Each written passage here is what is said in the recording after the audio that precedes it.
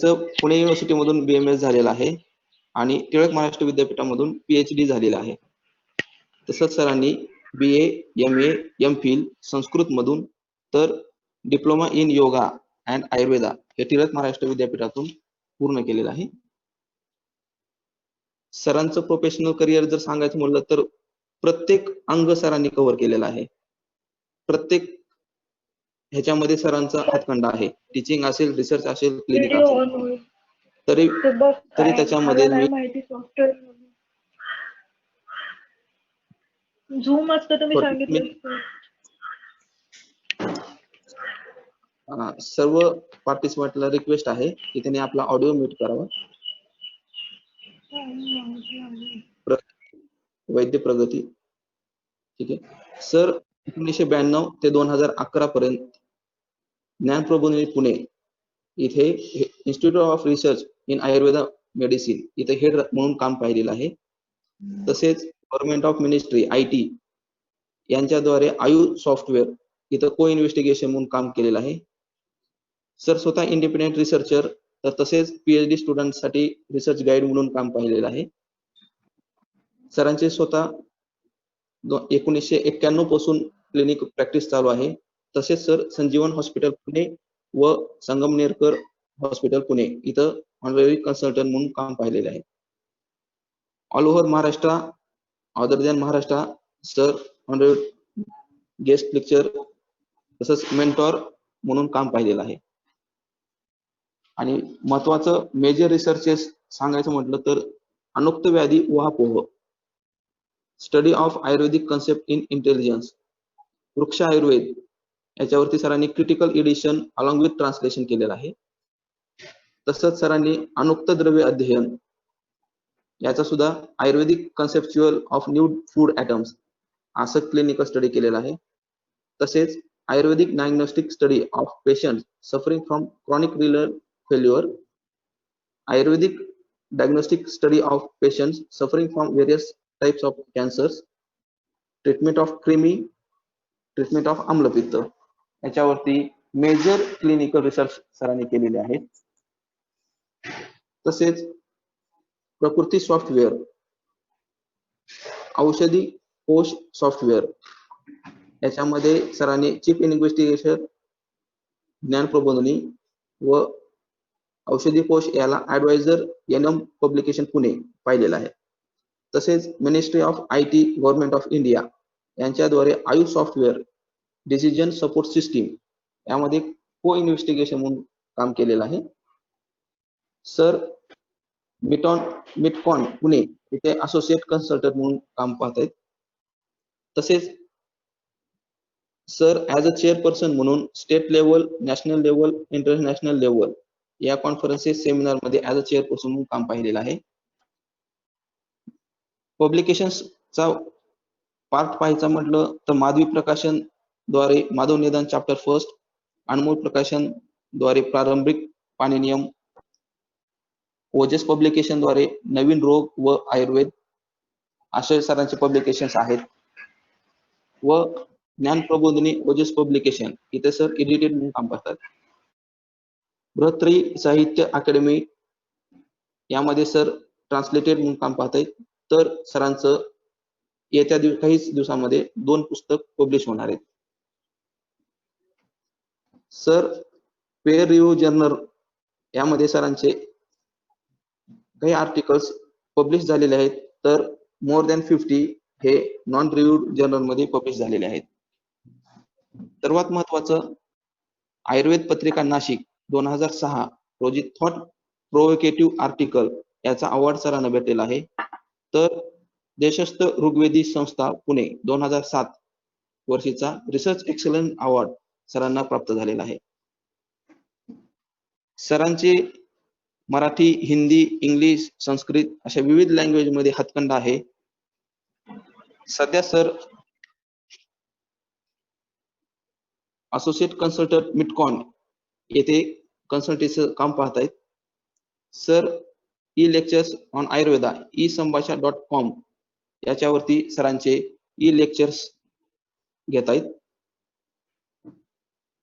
रसायू cancer clinic and research centre Pune येथे sir scientific ऍडवायझरीचं काम पाहतायत. तर एक्झिक्युटिव्ह कमिटी IASTAM व ज्ञान प्रबोधिनी मेडिकल ट्रस्टद्वारे संजीवन हॉस्पिटल येथे सर मेंबर म्हणून काम पाहतायत. तसेच international index peer review journal JAIM येथे सर रिव्ह्यू म्हणून काम पाहतायत. असा सरांचा एवढा ह्यूज बायोडाटा आहे. आणखी बरंच बोलता येईल, परंतु सरांचं आपण ज्ञान अर्जन करू याच्यासाठी मग मी सरांना रिक्वेस्ट करतो की कर्माभ्यासी ज्ञान प्रबोधिनी सरांनी आपलं व्याख्यान चालू करा सर. Please sir. नमस्कार, आवाज येतोय? हो सर. हो. पवळे सरांचा माझा फारसा परिचय नाही, आम्ही पाहिलेला नाहीये, त्याच्यामुळे त्यांनी एवढा मोठा परिचय करून दिला.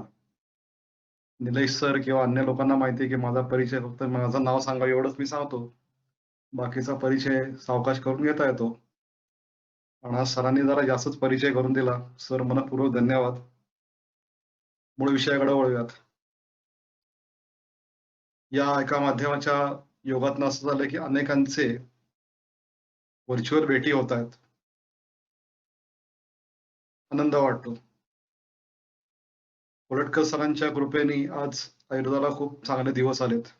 मी जेव्हा स्वतः आयुर्वेदाकडे वळायचं ठरवलं, तेव्हा आमच्या कॉलेजला जे काही शिकवणारे होते ते भीक मागायचे धंदेत अशा पद्धतीने आम्हाला चिडवत होते. आम्हाला जे शिकवायला होते तेच असं चिडवायचे. साधारणपणे त्यावेळेला अशी परिस्थिती होती की एखाद्या बॅच मधनं एक दोन माणसं शुद्ध आयुर्वेदाची प्रॅक्टिस करायची. आता ही परिस्थिती बदलतीये, आनंद वाटतो. सध्या परिस्थिती अशी आहे की ज्याला जनरल प्रॅक्टिशनर म्हणतात अशांची कमतरता किमान तालुका प्लेस पर्यंत आयुर्वेदाच्या नाहीये. आता याच्या पुढची गरज काय असणार आहे हा मात्र थोडासा अभ्यासाचा मुद्दा आहे. याच्या पुढची गरज ही कन्सल्टंटची असणार आहे. म्हणजे असं की आज तुम्ही तालुका प्लेसला गेलात का एखाद्या छोट्या गावात जरी गेलात तरी शुद्ध आयुर्वेदिक व्यवसाय करणारे, अभिमानाने करणारे, चांगला करणारे असे वैद्य आज महाराष्ट्रामध्ये उपलब्ध आहेत. महाराष्ट्रात आहेत, सगळीकडे बाजून आहेत असं नाही. तालुका प्लेसला हॉस्पिटल चालवणारे पण चांगले वैद्य आहेत. शहरामध्ये तरी किमान एकेका विषयामध्ये स्पेशलायझेशन आपलं तयार करणारे असे आता तयार होत आहेत. माझे काही मित्र आहेत वैद्य योगेश बेंडाळे, कॅन्सरचेच फक्त स्पेशलायझेशन करतायत. एक छोटी माझी मैत्रीण आहे वैद्य अमृता देशमुख, स्पोर्ट्स मेडिसिन त्या विषयात तिचं काम अनेक वर्ष चालू आहे. फुटबॉलमध्ये तिचं विशेषतः त्यांनी प्रावीण्य मिळवलेलं आहे, तिचं काम करत. अशा प्रकारे आता तुमची जी पुढे म्हणजे आता जे साधारणपणे विद्यार्थी आहेत यांनी आपलं स्पेशलायझेशन करावं अशी अपेक्षा माझी अनेक वर्ष मी बोलून दाखवतोय. कन्सल्टंट आणि जनरल प्रॅक्टिस मध्ये फरक काय असतो? खूप वेळा असं वाटतं कारण दोघांनी आरोग्यवर्धिनीच दिली, पण त्या देण्यामधला एक्सपर्टाईज मधला भाग वेगळा असतो. पण मी त्याच्या परत कथा सांगून आपला वेळ घेत नाही. काय फरक असतो? तो फरक असतोच. तर आपल्याला आता याच्या पुढे जी गरज आहे ती जास्ती गरज आयुर्वेदातले स्पेशालिस्ट तयार करायची, स्पेशालिस्ट कन्सल्टंट तयार करायचे. याचा अर्थ त्यांनी अभ्यासातनं कन्सल्टन्सी मिळवली पाहिजे.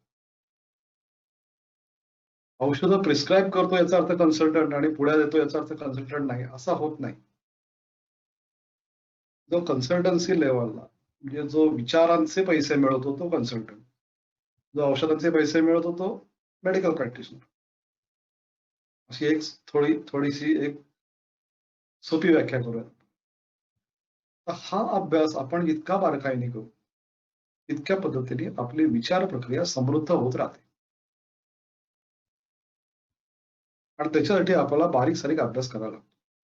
खूप वेळा असं वाटतं की संस्कृत शिकायचं, काय फरक पडतो संस्कृत शिकून? आमचे एक वैद्य होते, ते म्हणायचे घटपट करत बसता आणि पेशंट आला की लटपट होते. होत नाही असं. ते घटपट सिद्धांत तुम्ही व्याकरण वाचा, हे वाचा, तर्कसंग्रह पाठ करा, याच्यातनं तुमची एक विलक्षण बुद्धिमत्तेची एक झेप तयार होते आणि त्याच्यातनं पेशंटच्या पाहण्यातच फरक पडतो. परवा मी बागेवाडीकर सरांचं पुस्तकाचा परिचय करून दिला शास्त्री बाबांच्या. त्यावेळेला प्रशांत बागेवाडीकर सर पण त्यावेळेला तिथे आले होते. त्यांनी त्यांचे काही अनुभव सांगितले, त्यांच्या वडिलांचे म्हणजे शास्त्री बाबांचे काही काही अनुभव सांगितले. त्याच्यातनं कळतं कन्सल्टंट कशाला म्हणतात. तर असं आपण सगळ्यांनी व्हायचा प्रयत्न करावा, त्या दिशेला जावं, असं मला आपल्या सगळ्यांना सुचवायचं. त्यातलाच एक भाग म्हणून मी आज रसकल्पांचा अभ्यास कसा करावा, आपल्याला कन्सल्टंट होण्यासाठी अभ्यास करायचा असं मी गृहीत धरलंय. कसा करावा ही मी माझी पद्धत सांगतोय. माझी पद्धत म्हणजे काय म्हणायचंय मला, त्यातला अभिमानाचा विषय नाही. पण मी काहीतरी मीमांसा शिकलोय, कोरटकर सरांकडे शिकलोय, अण्णा करमरकरांकडे शिकलोय, रमेश सदाल यांच्याकडे मी अजूनही शिकत असतो, प्रशांत बागेवाडीकरांचे मी सल्ले घेत असतो, दातार गुरुजींच्याकडे मी औषधीकरणाचा काही भाग शिकलोय. फार शिकलोय असं नाही, औषधीकरणाचा काही भाग शिकलोय. तर ह्या सगळ्यांचे संस्कार होऊन होऊन होऊन होऊन मी एक माझी पद्धत तयार केली. ती तुमच्याशी बोलतो, कारण ती थिअरी आणि प्रॅक्टिकल या दोन्हीचा समन्वय करणारी पद्धत आहे. तर ती मी तुमच्या समोर मांडतो. माझा असा आग्रह नाही की याच पद्धतीने अभ्यास करा. माझं असं म्हणणं आहे, या पद्धतीने अभ्यास तुम्ही केलात एखाद्या 2 कल्पांचा, तर तुमची दृष्टी तयार होईल. आणि ती एकदा का दृष्टी तुमची तयार झाली, की मग तुम्हाला पुढच्या अनेक गोष्टी सोप्या जातात करायला. आपण सुरुवात करूयात. वनस्पतींचा योगांचा अभ्यास कसा करावा याचं विस्तृत विवेचन मी माझ्या द्रव्यगुण मीमांसा नावाच्या पुस्तकात केलेलं आहे.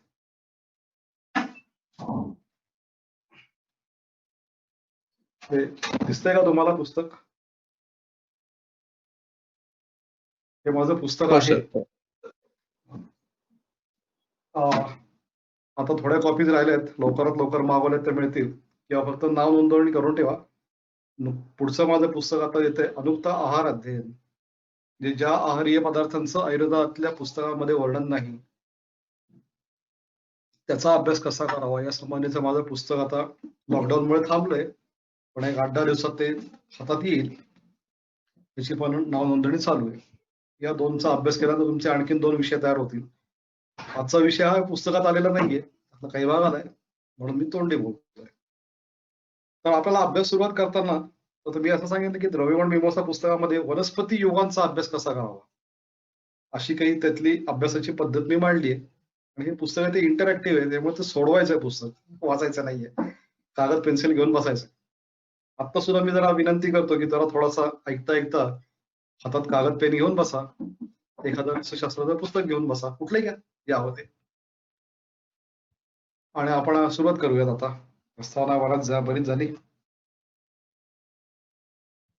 वनस्पतीच्या औषधांमध्ये आणि रस औषधांमध्ये फरक असा की रसकल्पांमध्ये वनस्पतीचे औषधं असतात, खनिज औषध असतात, रत्न असतात, असे अनेक गोष्टी एकत्र आलेल्या असतात. तर मग त्याचा अभ्यास करायच्या एक एक टप्पे मी आपल्याला सांगतोय. टप्पे लिहून घ्या, फक्त लिहून घ्या, म्हणजे मुद्दे मी सांगेन तेवढेच लिहून घ्या. त्या पद्धतीने अभ्यास करून नंतर मला एक वर्षभराने सांगा तुमच्या अभ्यासात काय फरक पडला ते.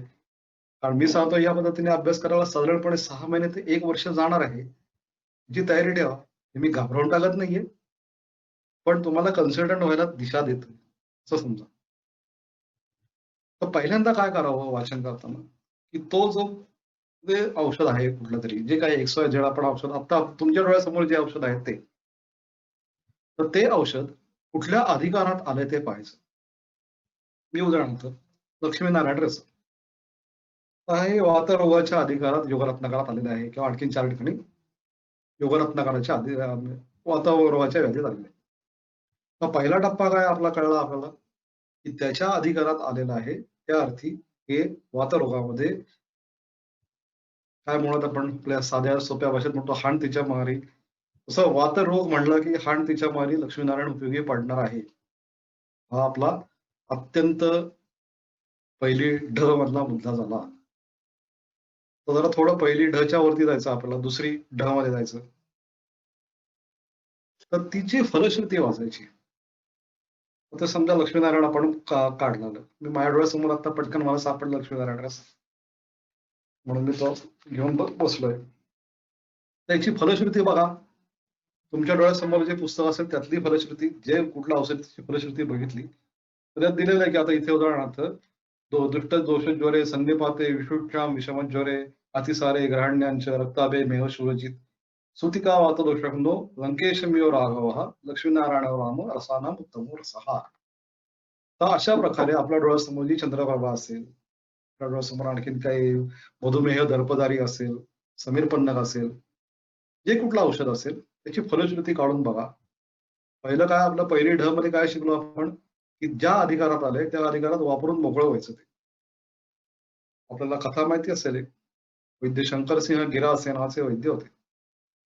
वाघबटावरती एवढी श्रद्धा की त्यांनी त्यांच्या फटफटीचं नाव सुद्धा वाघबटी ठेवलेलं होतं. एवढे अगाध वाघबट सांगतोय म्हणजे ते खरं.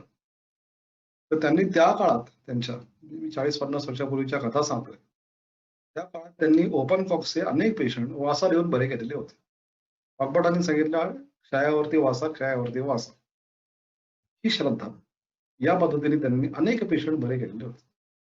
जे खानदेशातले लोक असतील त्यांना तर त्यांचा अभिमान आहे, आणि काल असावा, मला पण सुद्धा आहे अभिमान. असं त्यांच्या त्या खास ग्रामीण शैलीमध्ये ते भाषण द्यायचे, वाटायचा अंगावरती, आनंद वाटायचा ऐकायला सुद्धा. तर ही श्रद्धा. त्यामुळे पहिली ढ मध्ये काय शिकलो आपण, पहिली ढ मध्ये असं शिकलो की त्याच्या अधिकारात ते आलेलं आहे, वातरोगामध्ये आलेलं आहे, समोरचा वातविकार आहे, याला हे औषध उपयोगी पडणार. ही अत्यंत पहिली ढ मधली म्हणजे जनरल प्रॅक्टिशनरची अवस्था. थोडं पुढे जायचं आपल्याला. पुढे जाऊन काय करायचं, तर फलश्रुतीमध्ये जे जे काही आलेले आहेत, आता इथे काय काय दिलं, संधिपात, विषुची, विषमज्वर, अतिसार, ग्रहणी, इथं देऊन टाकलं. इथे सांगितलं ना, वाघबटाने सांगितलं किंवा योगरत्नाकारांनी सांगितलं की हे विषुची मध्ये चालतं किंवा मेहशूलामध्ये चालतं, देऊन टाक, विषय संपला. म्हणजे आपल्याला ठरवायचं काय राहतं, फक्त मात्रा आणि काळ, एवढ्या दोनच गोष्टी ठरवायच्या. बाकी इथे हे उपयोगी पडतं हे योगरत्नाकारांनी सांगितलं ना, मग पुढे डोक्याला ताप करून घ्यायचा. हा झाला दुसरी ढ मधला मुद्दा. तिसरा मुद्दा कुठला येतो, की आता इथे जी काही फलश्रुती दिली आहे त्याच्यामध्ये फक्त एकावरती दिलेलं नाही, ते काय काय दिले, तर अनेक व्याधी दिलेले. मग आपण तिसरीमध्ये गेलो. तिसरीमध्ये काय करणार आपण, अजून जनरल प्रॅक्टिशनरच्या लेवललाच होतो आपण. पहिली गोष्ट आपल्याला काय ठरली की त्या अधिकारात आलंय तर त्या अधिकारात देऊन टाकायचं. वाताचे जेवढे म्हणून व्याधी आहेत तिथे वापरून टाकलं. दुसरं, त्याच्या फलश्रुतीतले जेवढे म्हणून व्याधी तिथं सगळीकडे वापरलं. तिसरा मुद्दा असा येतो की फलश्रुतीमधले एकापेक्षा 2 व्याधी किंवा फलश्रुतीमधली लक्षणं दिसत आहेत तिथं ते नक्कीच द्यायचं. म्हणजे समजा इथे दिलं की सुतिका वातदोषग्नो, रक्ताभय, मेवशूल, अरेच्छा, या व्यक्तीला अतिसारपण आहे, ग्रहणी पण आहे, मग हे दिलंच पाहिजे औषध. कारण का, त्यांनी सांगितलं असं दिलंच पाहिजे, त्यात काही शंका नाही. तर द्यायचं आणि मोकळं व्हायचं. म्हणजे फलश्रुतीमध्ये दिलेली जी लक्षणं आहेत त्यातली 1, 2, 3, 4 लक्षणं एकत्र सापडत असतील, व्याधी नसून ती लक्षणं सापडत असतील, तरी हे औषध बिनडोकपणाने देऊन टाकायचं, पेशंट बरा होणार. ही झाली परत तिसरीतली अवस्था. चौथीतली अवस्था अशी, म्हणजे आपण पहिली, दुसरी, तिसरीकडनं चौथीकडे चाललोय आता. अजून 5वीत जायचंय आपल्याला, कन्सल्टंट व्हायचंय. तर आपल्याला जे पुढे जायचंय त्यातला चौथा भाग सांगतो, म्हणजे आपलं प्राथमिक शिक्षण झालं. चौथा भाग त्यातला असा की ह्या लक्षणांमध्ये जर का एकामुळे एक झालंय, म्हणजे मेह आहे आणि अतिसार होतोय, किंवा मेह आहे आणि शूल होतोय, किंवा अतिसार आहे आणि शूल होतोय, तर इथे लक्ष्मीनारायण रस द्यायचाच द्यायचा. बरं वाटणार ते वाटणारच. हा, ही आपली चौथी अवस्था. परत एकदा थोडीशी उजळणी करतो मग पुढे जाऊयात आपण. त्या अधिकारात द्यायचं क्रमांक 1. क्रमांक 2 मी सांगितलं की त्या फलश्रुतीमध्ये आलेल्या सगळ्या व्याधी लक्षणांसाठी रेमडेसिवीर देऊन टाकायचं. नंबर 2, या व्याधी लक्षणांमध्ये जर का गटाचा आला असेल, सिंड्रोम टाईप झाला असेल, तर द्यायचं हा नंबर 3. आणि त्या व्याधीच्या ज्या फलश्रुतीमध्ये जी काही व्याधी लक्षणं आहेत त्यामध्ये एकमेकांमुळे झालेलं काही असेल, अशी रोगस प्रशांती न प्रशांतीच्या आपल्याने येतो टीचर, जे ज्वर आहे किंवा मेह आहे आणि ज्वर आला, इथे याच्या लक्ष्मणांच्या फलश्रुतीत दिलेलं आहे की ज्वरावरती चालतं, मेघावरती चालतं, देऊन टाका, उपयोगी होणार आहे. हा एक चौथा मुद्दा. अशा प्रकारे आपण आता चौथीमध्ये आलो. पुढे जाऊयात. कोणीतरी एकाने हो म्हणा, म्हणजे मग पुढे जाऊयात. हो सर. हा ठीक आहे, सरच म्हणलेत म्हणजे जाऊयात पुढे. मला काय होतं, मी कॉलेजमध्ये जसं शिकवलेलं नाहीये फार, त्यामुळे विद्यार्थ्यांना कसं शिकवायचं असतं मला फारसे कल्पना नाही. थोडीशी अडचण होते माझी, इतरांची होते, माझ्यापेक्षा शिकणाऱ्यांची अडचण होते. आणि कसं असतं, समोर असतील तर शिकवणं सोपं असतं, विशेषतः मुलांना शिकवणं सोपं असतं. हातात एक काहीतरी छडी-बिडी घेतली की त्यांना पटकन समजतं सगळं. मुलींना जर शिकवणं थोडं अवघड होतं, अशा पद्धतीने शिकवता येत नाही. असो. दुसरा भाग. आपण आता कुठे आलो, की पहिली झालो आपली, म्हणजे 1ली ते 4थी झालो. आता आपल्याला 5वी ते 8वी पर्यंत जायचंय. हां, तर 5वी ते 8वी पर्यंत जायला आपल्याला काय करायचं, तर त्या पुस्तकाबद्दल किंवा त्या औषधाबद्दल आप्तवचनाचा संग्रह करायचा. आप्तवचनं कुठली कुठली आहेत, म्हणजे उदाहरणार्थ गुणेशास्त्रींनी प्रचंड लिखाण करून ठेवलं. सिद्धौषधी प्रकाश नावाचं पुस्तक आहे. दातार गुरुजींची पुस्तकं आहेत. माझी चिकित्सा, अनुभवामृत, बागेवाडीकरांची औषधं आहेत. आपण आयुर्वेद पत्रिकेतले जुने लेख वाचले तर त्याच्यामध्ये अनेक औषध कल्पनांबद्दल काय आलेलं आहे. हिंदी मासिक असतात, त्याच्यामध्ये काय आलेले आहेत. तर अशा ठिकाणाहून जेवढं म्हणून आप्तवचन त्या संदर्भात आलेलं आहे, त्या बाबतीत त्याला थोडंसं संकलन करून ठेवायचं. म्हणजे मी अगदी सांगतो, तुम्ही अगदी छोटंसं औषध लघुसूत शेकरचं संकलन केलं ना, तरी तुमची दृष्टी तयार होणार आहे. आपल्या ह्याच्यातनं म्हणजे ग्रामीण भागात एक म्हण असते बघा, की म्हैस बाजारले जाणं महत्वाचं नाही. महत्वाचं काय आहे? वस्त्राला धार होणं. तर इथे मी जे काही बसलोय ते आपल्या ग्रामीण भागातल्या परिभाषेत सांगायचं तर वस्त्राला धार लावायला बसलोय. म्हैस बाजारला जाणार आहे वर्षभराने मला माहिती आहे. ती बाजारला गेल्या तर तुम्ही मला सांगायचं, हे आपलं आता ठरलंय, म्हणजे माझ्याच बाजूने ठरलंय. तुम्ही पण ठरवा. आणि Facebookवरती किंवा WhatsAppवरती तुम्ही जर का काही माझ्याशी बोललात, तर कृपया आधी कोणाला ते कळवा. नाहीतर मला काही कळतच नाही. आणि मग मी ऍक्सेप्ट करणं किंवा न करणं हे त्याच्यातलं सर्व कन्फ्युजन होऊन जातं, की याची रिक्वेस्ट करावी का नाही, WhatsAppवरती याला उत्तर द्यावीत का नाही वगैरे अशी अडचण होते. तर आधी जरा कळवा आपण कुठे भेटलो होतो ते. असो. तर मी आता म्हणतोय की आता 5वीत जायचंय आपल्याला. 5वी ते 8वीचा प्रवास करण्यासाठी आपल्याला काय करायचंय? तर सिद्धौषधी प्रकाश, गुणशास्त्रींची पुस्तकं, दातारवरींची पुस्तकं, माझी चिकित्सा, आयुर्वेद पत्रिकेतले लेख, आयुर्विद्यामधले लेख, जीवक नावाचं बागेवाडीकरांचं मासिक होतं. सोलापूरचे कोणी असतील तर त्यांच्या त्या लायब्ररीमध्ये मिळू शकेल. अन्यत्र पण काही जुने अर्थी इकडे नगरच्या कॉलेजमध्ये त्यांचं एक मासिक होतं, मी त्याचं नाव विसरलो. परंतु त्याचाही दर्जा खूप चांगला होता आणि त्याच्यामध्ये खूप लेख चांगले आलेले आहेत. ते वाचावेत. असं सगळ्याचं संकलन करून एका औषधी कल्पाचं साधारणपणे 70, 80, 290, 100 पानापर्यंत संकलन आपल्याकडे हवं. आता सोपं आहे, तुम्ही पटापटा फोटो काढून संकलन करू शकता. आमच्या वेळी फार अवघड होतं ते. शोधायलाच वेळ इतका जायचा. आता काही तसं अडचण येत नाही. तुम्हाला होऊन जाईल पटकन ते. तर ही जी संकलन झालं याचा अर्थ आपण 5वी ते 8वीचा प्रवास केला. पुन्हा एकदा ती थोडीशी सांगतो पुस्तकं कुठली कुठली ती. सिद्धौषधी प्रकाश, गुणेशास्त्रींची पुस्तकं आहेत. 5 पुस्तकं आहेत. दातार गुरुजींची पुस्तकं आहेत. त्यांची सुद्धा 4-5 पुस्तकं आहेत वेगवेगळी. पंचभौतिक चिकित्सा नावाने भाग 1, 2, 3 आहेत. बालरोग नावाचं पुस्तक आहे, हृदरोग नावाचं पुस्तक आहे. अशी एक 4-5 पुस्तकं त्यांची आहेत. आयुर्वेद पत्रिकेमध्ये अण्णा करमरकर माझे गुरुजी किंवा अगदी वेणुमाधव शास्त्री जोशी यांनी लेख लिहिलेले आहेत. नगरचे मला वाटतं देवचक्के यांनी पूर्वी लेखन किंवा त्यांच्या संपादकाखाली मासिक चालायचं, तिथे काही लेख आहेत. आयुर्विद्या नावाचं पुण्यातनं मासिक चालतं. टिळक आयुर्वेद महाविद्यालयाकडनं त्यांच्या जुन्या लेखांमध्ये काही आहेत. जीवक नावाचं बागेवाडीकर शास्त्रींच्या म्हणजे सोलापूरच्या महाविद्यालयातनं मासिक चालायचं, त्याच्यामध्ये सुद्धा अनेक कल्पांचं वर्णन आहे. तर अशा जिथनं कुठनं मिळेल आपल्याला जो हवा कल्प तो संकलन करावं, हे आपण आता 8वी मध्ये आलो. आता पुढे 9वी, 10वी, 11वी, 12वी करूयात. आता आपल्याला इथे काय अभ्यास करायचा तो थोडासा जटिल आहे. तर त्याच्यासाठी जरा कागद पेन घेऊन बसा. 1 मिनिट थांबतो मी जरा. मी पाणी पितो तोपर्यंत तुम्ही कागद पेन घेऊन बसा. आणि चरक घेऊन बसा, चरक असेल शेजारी जर.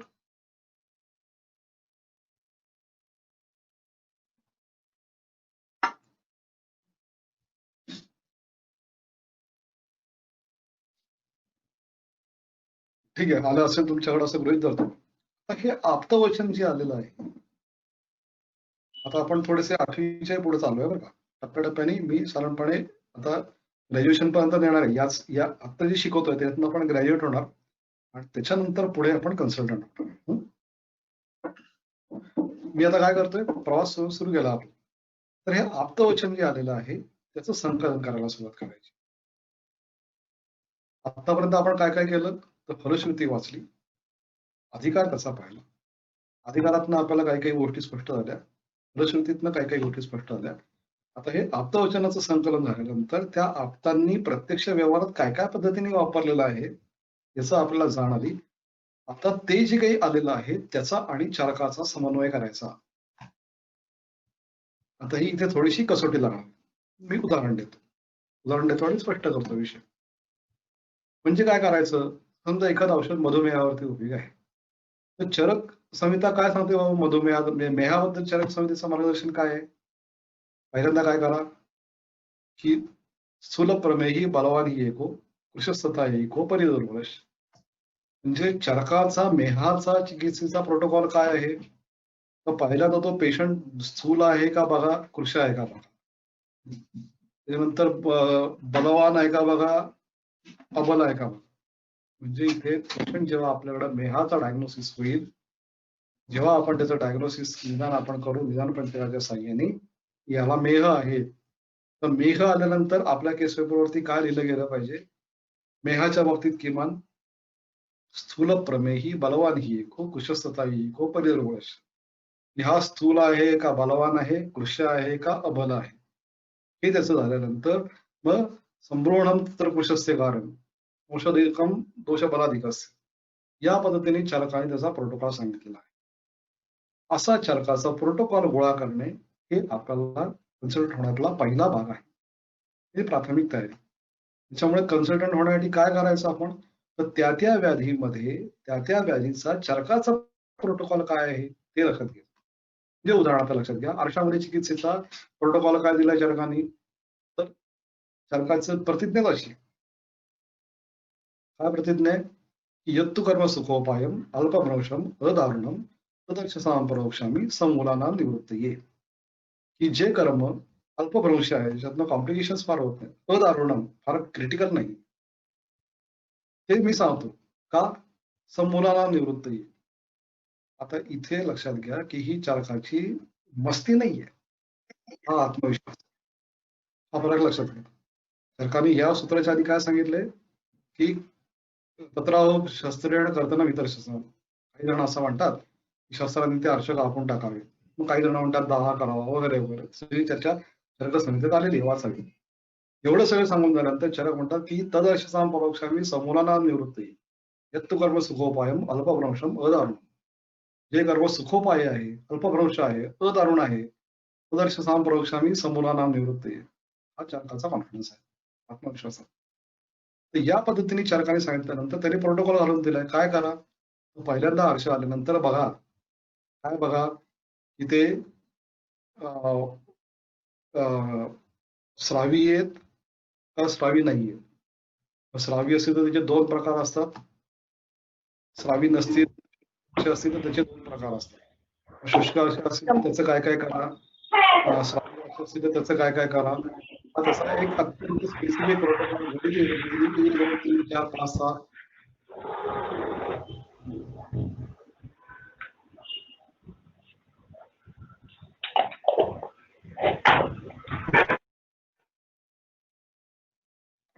थांबला. तर या पद्धतीने चरकाने प्रत्येक व्याधीचे प्रोटोकॉल दिलेले आहेत. तर ते एकीकडे आपण तयार करणं, आणि हे सोपं आहे. कारण काय की आपण 4-5 मित्र बसलो की चरकातले 30 चिकित्सेचे अध्याय आहेत, प्रत्येक अध्यायातला चरकाच्या चिकित्सेतला एक घेतला तर आपण 4-5 जण मिळून 4 दिवसात काम करू शकतो. आणि आता तर तुमची देवाणघेवाण एवढी वाढली आहे की कदाचित अमेय पाटकर किंवा तत्सम कोणते ते करूनही ठेवले असतील, तयार करून ठेवले असेल तर घेऊन या त्यांच्याकडनं, वाचायला सोपे की चरकाचा कासाचा प्रोटोकॉल काय, आधी डायग्नोसिस करा, साध्य आहे का असाध्य ते ठरवा, असाध्य असेल तर काय करायचं ते ठरवा, साध्य असेल तर काय करायचं, श्वासाचं काय आहे प्रोटोकॉल, तो प्रोटोकॉल त्या चिकित्सेची जी काही सूत्र दिलेली आहे ती पहा, अवस्थित सूत्र काय दिलेली ते पहा, ती तयार आपल्याकडे असली पाहिजे. हा पहिला भाग. हा करायचा, हा कल्प तयार करायच्या, कल्पाचा अभ्यास करायच्या आधीचा पहिला भाग म्हणून मी गृहीत धरला. आता आपण चाललोय बरं का, थोडेसे ग्रॅज्युएशनच्या थोडं जवळपास चाललोय. आता हे संकलन केलं आपण, परंतु आता आपल्याला फायनलची परीक्षा द्यायची असेल ग्रॅज्युएशनची, तर काय करायचं की हे प्रोटोकॉल आणि आप्तवचन यांचं संकलन करायचं. म्हणजे जेव्हा चरक असं म्हणतात, काय म्हणतात चरक, स्थूल प्रमेही बलवान ही एको कृशस्तथा एको परिदुर्बलस्य. म्हणजे मेहाचा पेशंट आल्यानंतर पहिले त्याचं या चारपैकी मध्ये वर्णन करा. तो स्थूल तरी असला पाहिजे, ना तर कृश तरी असला पाहिजे, बलवान तरी असला पाहिजे किंवा अबल तरी असला पाहिजे. हे झाल्यानंतर तो त्या चारपैकी स्थूल आणि बलवान आहे का स्थूल आणि अबल आहे, कृश आणि बलवान आहे का कृश आणि अबल आहे, या तो अशा 4 प्रकारे ठरला एकदा, त्याच्यानंतर त्याला औषधं द्यायची आहेत. मग चरकाने काय प्रोटोकॉल दिलाय, संभ्रमणम तत्र कृशस्य कार्यम संशोधनम दोष बलाधिकस्य, हा चरकाचा प्रोटोकॉल आहे. त्याच्यानंतर हे सगळं अपनीता मले अपनीते संभ्रमणम तत्र कृशस्य कार्यम हे आधी सांगितलं, परंतु सगळे मल काढून टाकल्यानंतर मेहेशु संतर्पणमेव कार्य, हा पण प्रोटोकॉल सांगितलं. मेहामध्ये हे करा, ते करा, ते करा, ते करा, ते करा. तर ह्या सगळ्या वर्णनाचा म्हणजे चरकाचे प्रोटोकॉल आणि ही आप्तवचन, जे दातार गुरुजींनी काय सांगितलंय की मेहाच्या या अवस्थेमध्ये अमुक अमुक औषध वापरावे, किंवा वेणीमधोशास्त्री काय सांगतात तर मेहाच्या या अवस्थेमध्ये औषध वापरावे. तर ती अवस्था आणि चरकाने सांगितलेली अवस्था यांचा समन्वय करणं हे साधारणपणे 1 महिना 2 महिने चालणारं काम आहे. त्यासाठी आपल्याला आधी काय करायला लागेल, एक व्याधी कुठला तरी घेतला, समजा मेह घेतला, मेहाचा प्रोटोकॉल डोळ्यासमोर ठेवायचा, त्याच्या एक एक अवस्था गणितीय पद्धतीने लिहून काढायच्या. हे असं नाही की जनरल काहीतरी लिहून काढलं, गणितीय पद्धतीने एक्सेल शीट घेऊन बसा. एक्सेल शीट घेऊन एका खाली एक कॉलम तयार करत राहा, रो भरत राहा. या पद्धतीने ते तसं एक छानपैकी ट्री तयार करा. पॉवर पॉईंट घेऊन बसा. पॉवर पॉईंट मध्ये तर त्या गोष्टी आपल्याला सोप्या जातात. त्याचा ट्री तयार करणं, त्याच्या खाली असिस्टंट जोडला, त्याच्या खाली हे जोडलं, त्याच्या जवळ हे जोडलं, त्याच्या शेजारी हे जोडलं. या पद्धतीने मॅथमॅटिकल पद्धतीने त्याचे प्रोटोकॉल तयार करायचे. आता इतक्या वर्षांनी काय होतं की ते डोळ्यासमोर राहतं. तुम्ही नवीन आहात सगळे, मी तुम्हाला सांगतो की 4-5 वेळा तरी ते लिहून काढा. मग ते तयार केल्यानंतर मग आता 54-55 आता मला ते लिहून तयार होऊन जातात. ते डोळ्यासमोरच तयार असतात. ते असं येतातच डोळ्यासमोर. तर या पद्धतीने तुम्ही केल्यानंतर काय होईल की चरक काय सांगतात तो प्रोटोकॉल आणि त्याच्यानंतर हे जे आपले आप्ता आहेत ते अगदी तुम्हाला शिकवणाऱ्या सरांपासून ते पार अगदी वेणीमाधव जोशींपर्यंत, वायवर उच्चापर्यंत त्यांनी जे काही सांगितलेलं आहे त्याचा समन्वय करायचा. जे उदाहरणार्थ लक्ष्मीनारायण रस ज्वर चिकित्सेमध्ये सांगितलं, वातावादीत सांगितलेलं आहे. दातार गुरुजींनी त्याच्यामध्ये लक्ष्मीनारायण रस वापरून एक ज्वरग्न योग नावाचं औषध तयार केलेलं होतं. ते ज्वराच्या वेगवेगळ्या अवस्थेत त्यांनी वापरलेलं आहे. मग ज्वराच्या चिकित्सेचा चरकाचा प्रोटोकॉल काय आहे? चरकाच्या चिकित्सेत तर नक्की ज्वर लक्ष्मीनारायण रस आलेला नाहीये. पण मग चरकाने प्रोटोकॉल देताना ज्वराच्या चिकित्सेचा जो काही दिलेला आहे त्या प्रोटोकॉलमध्ये लक्ष्मीनारायण वापरायची अवस्था दातार गुरुजींनी काय सांगितली आहे, तर तिथे त्या खाच्यामध्ये जाऊन भरायचं की अरे चरकाच्या प्रोटोकॉलमध्ये या अवस्थेमध्ये इथे अमुक अमुक काढा सांगितलेला आहे किंवा अमुक अमुक कर्म सांगितलेलं आहे, तिथे दातार गुरुजी सुचवत आहेत की इथे तुम्ही लक्ष्मीनारायण रस वापरा. अजून थोडंसं विवरण करू, थोडंसं विवरण अजून करतो. चरकाचा प्रोटोकॉल काय तो पाहायचा. उदाहरणार्थ मी एक दातार गुरुजींचं सांगितलं की लक्ष्मीनारायण रस थोडंसं टक्कड आणि गैरिक असा मी पाहिलेला फॉर्म्युला, कदाचित आणखी बदलला असेल माझ्या मी जाण्याच्या नंतर दातार गुरुजी, त्याला ते ज्वरग्न योग असं नाव द्यायचं. तर हे वापरायचा कसा, कधी किंवा याच्याबद्दल दातार गुरुजींनी विवरण करून ठेवलं. त्यातलं आपण ज्वराचा भाग काढून घेऊ. तर चरकाचा प्रोटोकॉल डोळ्यासमोर ठेवू.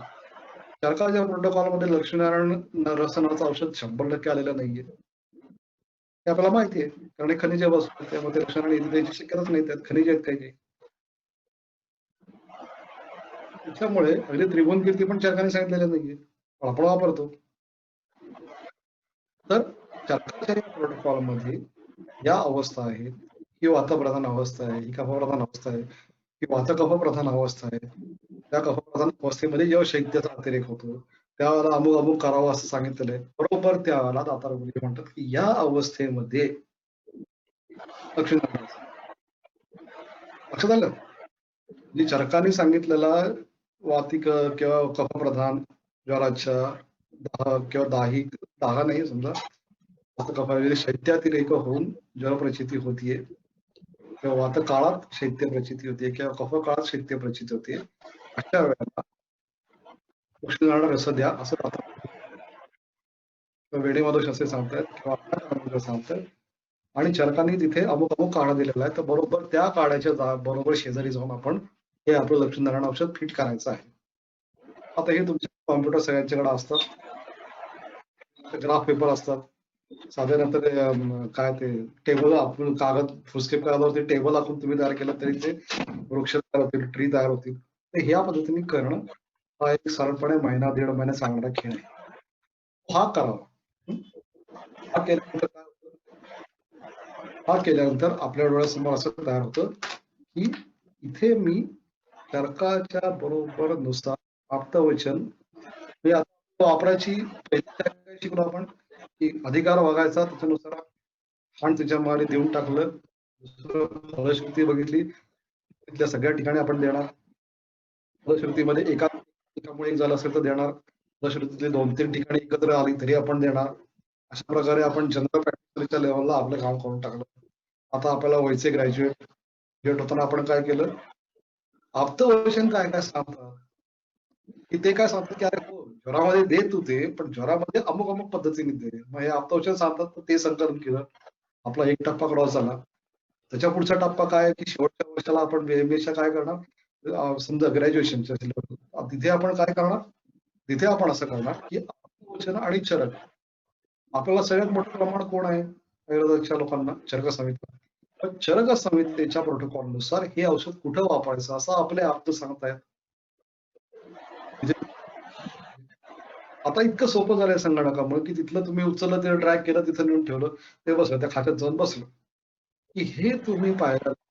ज्वराच्या प्रत्येक अवस्थेत काढा कुठला आलाय, काढा कुठला आलाय, रसगुल्ला वमन कुठला आलाय, त्याच्याऐवजी हे का सांगतात. मग आपले पुढचे अभ्यास होतात. वमन इथे सांगितलंय बहुतेक अवस्था आहे आणि तरी हे सांगतात की अशा अवस्थेमध्ये अमुक रस द्यावा, अभ्यासाचा विषय आहे. बरोबर आहे. म्हणजे मग आपली एक अभिनिवेश कमी व्हायला लागतो. हेही त्यातलं लक्षात घेतलं पाहिजे. लक्षात आलं. म्हणतो की वमन द्या, तुम्ही म्हणताय हे द्या, हे असं काहीतरी मग यांच्या वावरती धावून जायचं, त्यांनी यांच्यावरती धावून जायचं, अशा काही गोष्टी करायला पडत नाही साधारणपणे. लक्षात आलं. पुढचा भाग. आता इथपर्यंत सगळ्यांची तयारी झाली असं मी गृहीत धरतो. कागद पेन घेऊन बसलेत लोक सगळे. इथपर्यंत कळलंय का? हा जरा थोडासा ग्रॅज्युएट लेवलचा भाग झाला. आपल्या टीम मेंबर तरीकेने उत्तर दिलं तर चालेल. हो सर, आवाज क्लिअर आहे, समजतंय. हा बोला ओंकार मालपाणी, कळलंय का? समजतंय का? हो सर, समजतंय. ठीक आहे. आता ओंकार मालपाणींनी सांगितलं तर आपण पुढे जाऊयात. पुढचा टप्पा हा कन्सल्टन्सीचा टप्पा आणि हा सगळ्यात अवघड टप्पा आहे. मग अशी सांगितलं की हा एका कल्पाचा अभ्यास तुमचा 6 महिने ते वर्षभर चालणार आहे. ही तयारी ठेवा आणि हा पुढचा टप्पा करायला घ्या. आता इथे मात्र कागद पेन वापरायला सुरुवात करायची. मी मगाशी म्हणत होतं की एखादं छोटंसं औषध तुम्ही घेऊन डोळ्यासमोर ठेवून बसा. आता इथे मी बोलता बोलता एकीकडे अभ्यास करायचा आहे.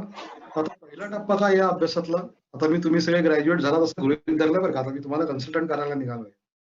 तर हे जे तुम्ही आता कागद पेन घेऊन बसलाय त्याच्यामध्ये एखाद्या औषधाचे घटक लिहून काढायचे आपण, एका खाली एक. कागद पेन घ्या, कॉम्प्युटर घ्या, जे काही तुम्हाला वाटते ते घ्या.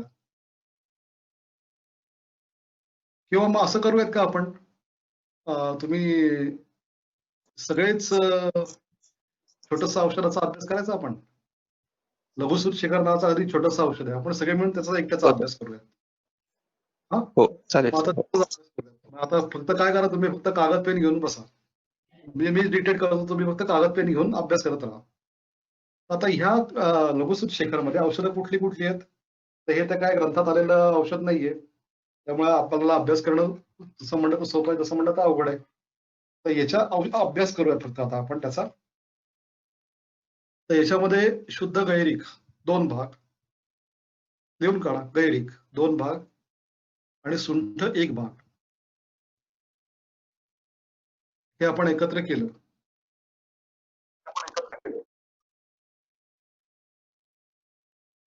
ते एकत्र करून म्हणजे खलून घेतलं, थोडंसं एकत्र एकजीव केलं आणि त्याच्यानंतर त्याला नागवेलीच्या पानाच्या रसाच्या भावना दिल्या.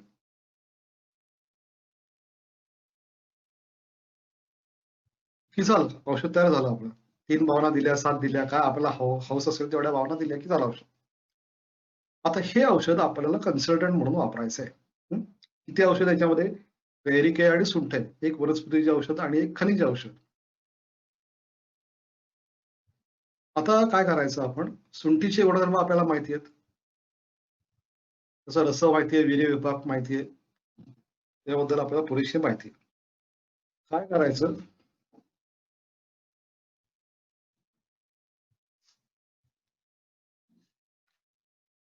तर शुंठी असं लिहून त्याच्या पुढे रस, त्याचं बल लिहायचं. शुंठीचं समजा रस X आहे, त्याचं बल किती आहे? उत्तम बल आहे, मध्यम बल आहे, हीन बल आहे,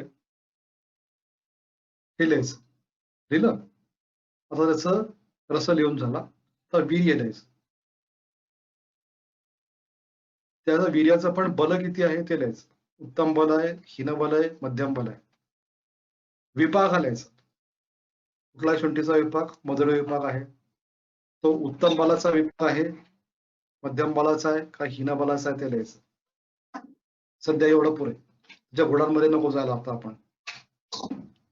शुंठीचा अभ्यास कसा करायचा हे त्या माझ्या पुस्तकात आलेलं आहे. हे कुठल्याही वनस्पतीचा अभ्यास ते सुंदरपणे करा. सध्या एवढंच लिहा. काय लिहिलं आपण? शुंठी, रस, वीर्य, विपाक आणि त्यांचं बल. हे बल लिहिणं का आवश्यक आहे याची आता मी चर्चा करत नाही, कारण वेळ आपल्याला थोडासा कमी आहे. हे लिहून झाल्यानंतर आता त्याचं बल, आता त्या औषधाच्या घटकाचं बल लिहायचं. म्हणजे त्यामध्ये जास्ती काय आहे? 2 भाग गैरिकच आहे. ते गैरिकाचं बल आणि शुंठीचं बल. शुंठीचं बल, आता हे बल कसं ठरवणार आपण? त्याच्या रसवीर्य विपाकाच्या नुसार आपण ठरवणार की याचं बल किती आहे, त्याचं बल किती. मी सांगणार नाही, तुम्ही लिहायचंय. या घटकातलं, आणि तिसरा घटक कुठला त्यातला? नागवेलीच्या पानांचा रस आहे. पण नागवेलीच्या पानांचं वीर्य, विपाक, रस, आणि त्याची औषधी कल्पना कुठली आहे? रस आहे. जर आपल्याला माहिती आहे पंचकषायाचं वर्णन केलेलं आहे आपण. आता तो सरसा कल्का क्वात शिव पाटक उद्या कषाय पंचेती लगवास्यो यथोत्तरम. स्वरस ही सगळ्यात गुरु कल्पना आहे. त्याच्यामुळे इथे आपण काय केलं? नागवल्ली जरी घेतली तरी त्याची गुरुतम कल्पना वापरलेली आहे. तर ही एका खाली एक लिहून काढली. आता काय करणार आपण? गैरिक आणि सुंठ एकत्र केली, एकजीव केली. या कॉम्बिनेशनचे गुण काय झाले ते लिहा बरं आता. जे गैरिकाचे गुणधर्म रसवीर्य विपाक लिहिलं आपण, सुंठीचे रसवीर्य विपाक लिहिले, त्यांचं प्रमाण लिहिलं आपण. त्यानुसार हा जो काही ग्रुप तयार झाला, ही जी काही युती झाली, ही जी काही आघाडी झाली, त्या आघाडीचं द्रव्य गुण लिहून काढा आता. त्याचा रस कुठला झाला दोन्हीचा एकत्र करून? की सुंठीचा रस अमुक, गैरिकाचा रस अमुक अमुक बलाचा, सुंठीचं वीर्य अमुक अमुक बलाचं, गैरिकाचं वीर्य अमुक अमुक बलाचं, सुंठीचा विपाक अमुक अमुक बलाचा, गैरिकाचा विपाक अमुक अमुक अमुक बलाचा. हे एकत्र झाल्यानंतर त्या सगळ्या आघाडीचं म्हणा किंवा त्या युतीचं म्हणा, त्याचं द्रव्य गुण लिहून काढा आता. दोन्हीचं मिळून काय झालं ते झालं लिहून. आता त्याच्यामध्ये आपण भावना देणार. आता याच्यामध्ये असं असतं की ज्याची भावना दिली जाते त्याचं बल सर्वाधिक जास्त असतं. याचा अर्थ या दोन्हीचं जे काही युती त्याच्यामध्ये झालेली आहे, आघाडी झालेली आहे त्यांची, त्या आघाडीपेक्षा ज्याची भावना देणार आहोत त्याचं बल जास्ती असणं अपेक्षित आहे. आणि ते बल जास्ती का असणार आहे? गुणांमुळे असणार आहे आणि मात्रेमुळे असणार आहे. आपण भावना 3 देणार, याचा अर्थ किती प्रमाणात आपण ते द्रव्य मिसळणार आहोत. लक्षात आलं? मी थोडासा विनोदाचा भाग सांगतो. एका माणसाला पकडलं, तो मटणात भेसळ करतो म्हणून पकडलं. त्याला विचारलं का रे तो भेसळ करतो? तो म्हणा मी मटणामध्ये गाढव टाकतो, बोकडाच्या मटणामध्ये गाढवाचं मटण टाकतो. किती प्रमाणात टाकतो? समप्रमाणात टाकतो. कोर्ट त्याला विचारतं म्हणजे काय? तो म्हणतो एका बोकडाला 1 गाढव. हे समप्रमाण आहे का? तर हे संख्येनुसार समप्रमाण असलं तरी रसवीर्य विपाकानुसार हे बलाचं समप्रमाण नाही. तसं आपण काय पाहिलं आधी की गैरिक एकत्र केलं, सुंठ एकत्र केली, त्या युतीचं त्या आघाडीचं बल त्याचे रसवीर्य विपाक अमुक अमुक झाले. त्याच्यामध्ये आपण त्याच्या दोन्हीच्या पेक्षा बलवान अशी 1 भावना, 2 भावना, 3 भावना देणार आहोत नागवेलीच्या पानाच्या रसाच्या. मग आता ह्या भावना दिल्यानंतर त्या सगळ्याचं मिळून रसवीर्य विपाक काय तयार झाला, त्याचं बल तयार काय झालं ते लिहून काढा. 1 मिनिटभर मी थांबतो, करा जरा थोडासा अभ्यास. आता ते तुमचं उत्तर बरोबर यायला पाहिजे असं बंधन नाही, कारण मी सांगितलं 6 महिन्यात 1 वर्षभर जाणार आहे. बरोबर. आता काहीतरी एक क्ष लिहून काढा. सुंठीचा मधुर रस आणि गैरिकाचा मधुर रस मिळून तो मधुर रस झाला. नागवेलीचा तिक्त कटू रस मिळाल्यानंतर तो मधुर रस झाकून जाणार आहे. म्हणजे नागवेलीची भावना दिल्यानंतर जे काय औषध तयार होणार आहे त्यातला मधुर रस राहणार आहे का? नाही, तो कटू रसच होणार आहे. तिखट लागणार आहे औषध. सुंठीचा विपाक मधुर, याचा विपाक मधुर, नागवेलीच्या पानांचा मात्र कटू विपाक आहे. त्यामुळे हे औषध कुठल्या विपाकाचं होणार आहे? औषध तयार झाल्यानंतर हे तिन्ही मिळून एकत्र झाल्यानंतर हे लिहून काढा, त्याचं बल लिहून काढा, त्याचं वीर्य लिहून काढा. सुंठ मधुर शीतवीर्य, उष्णवीर्य, शीतवीर्याची गैरिक शीतवीर्य. पण याचं नागवेलीची भावना दिल्यानंतर त्याचं शीतवीर्य टिकून राहणार आहे का? ते अनुष्ण शीतपर्यंत येईल का सुमारे उष्णवीर्य होईल? याचा सगळ्याचा अभ्यास आपण लिहून काढायचा. झाला लिहून? परत कोणीतरी हो म्हणा एकानी. परत मी सांगतोय, गडबड करू नका. तुम्ही बरोबर यायला पाहिजे उत्तर असं बंधनच नाही आपल्यावरती. तुम्ही अगदी याचं सगळ्याचं मिळून मधुर मधुर मधुर जसं लिहिलं तरी बिघडत नाही. काहीतरी लिहा कागदावरती, कारण त्याच्यावरती मी तुम्हाला पुढचा टप्पा कन्सल्टन्सीचा दाखवणार आहे. लिहिलंच का सगळ्यांनी? हो म्हणा कोणतरी.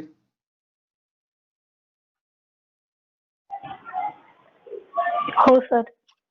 हा जरा वा, छान. शिवकांता, छान. आता तुम्ही काहीतरी लिहिलं, मी असं गृहीत धरतो की गैरिक अधिक सुंठ अधिक याच्या 3 भावना किंवा 7 भावना असं मिळून हे जे काही तिघांचं मिळून एक जे काही तयार झालेलं आहे त्या कॉम्बिनेशनचे रस अमुक अमुक अमुक बलाचा. नुसता रस लिहायचा नाही. समजा तुम्ही लिहिलं असेल मधुर रस, बिघडत नाही.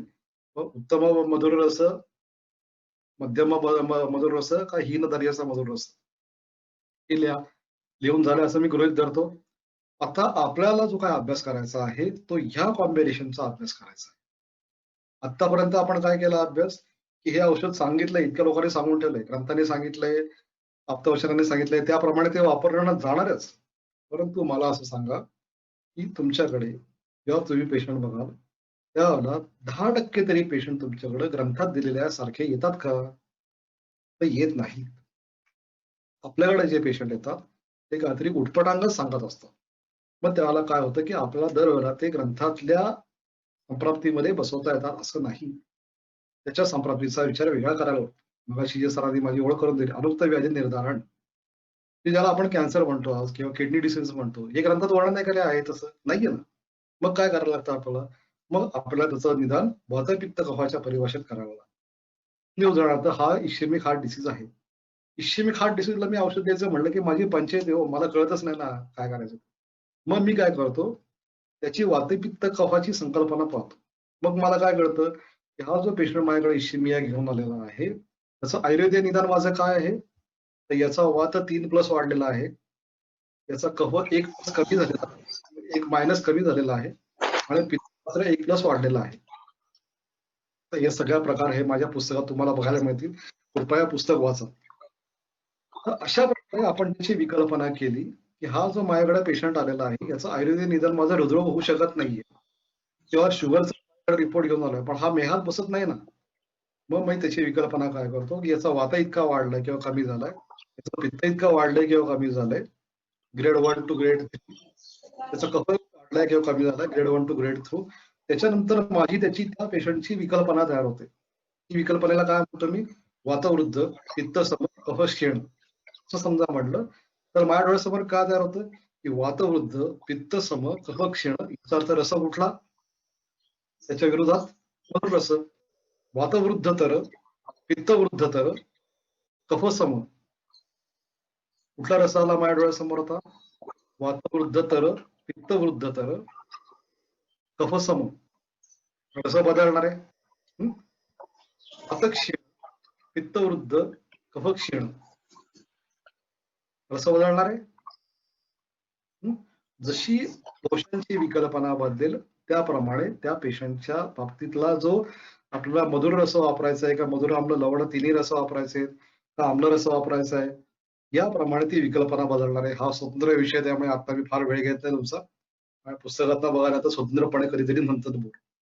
तर अशा प्रकारे जेव्हा तुम्ही त्याचा अभ्यास करा, ते आता आपण काय केलं की या औषधाचं काहीतरी एक मधुर याचा द्रव्यगुण तयार केला आपण.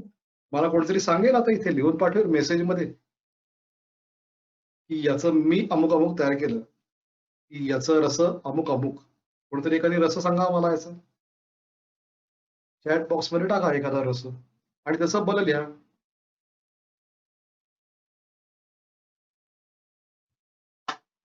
एखादी कोणतरी लिहा त्या चॅट बॉक्स मध्ये, या जे काही आपण लघुसूत तयार केलं त्याचा रस अमुक आहे आणि त्या रसाचं बल अमुक अमुक आहे.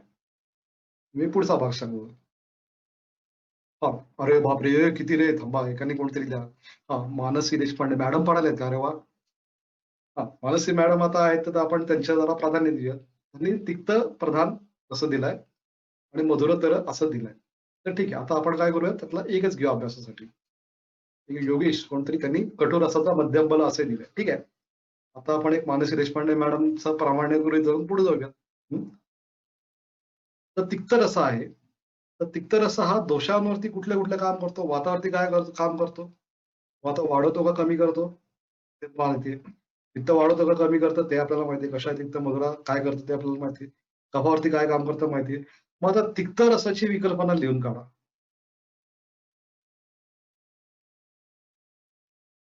की तिक्त रस हा वातावरती अमुक अमुक काम करणार आहे, पित्तावरती अमुक अमुक काम करणार आहे, कफावरती अमुक अमुक काम करणार आहे. मी समजा आपण लिहिलं की तिक्त रस वाताचं वर्धन करतो, बरोबर, पित्ताचं शमन करतो आणि कफाचं शमन करतो. तर याचा अर्थ आपल्याला ही कुठे कुठे वापरता येणार आहे, तर जिथे जिथे वात कमी झालेला आहे अशा ठिकाणी आपल्याला हे औषध वापरता येणार आहे. जिथे जिथे पित्त वाढलेलं आहे, जिथे जिथे कमी वाढलेलं आहे, जिथे जिथे कफ वाढलेला आहे अशा ठिकाणी वापरलं जाणार आहे. याचा अर्थ आपल्याकडे किती विकल्पना डोळ्यासमोर आल्या बघा. कुठल्या कुठल्या विकल्पना आल्या, वात क्षीण, पित्त वृद्ध, कफ वृद्ध. वात क्षीण तर, पित्त वृद्ध तर, कफ वृद्ध तर, पित्त वृद्ध, वात सम, कफ सम, कफ वृद्ध, पित्त सम, वात सम, कफ वृद्ध तर, पित्त वृद्ध, वात सम. असं तुम्ही पाहिलं तर केवळ याच्या तिक्त रसाच्या आपल्या डोळ्यासमोर एवढ्या विकल्पना उपलब्ध झाल्या. आता ह्या विकल्पनांचे पेशंट तुम्हाला दिसतात का नाही, तर हो दिसतात, तुम्ही फक्त ते बघत नाही. म्हणजे आता हे औषध आपल्याला वापरायचं आहे तिक्त रसाचं आहे, आता आपण गृहीत धरलंय.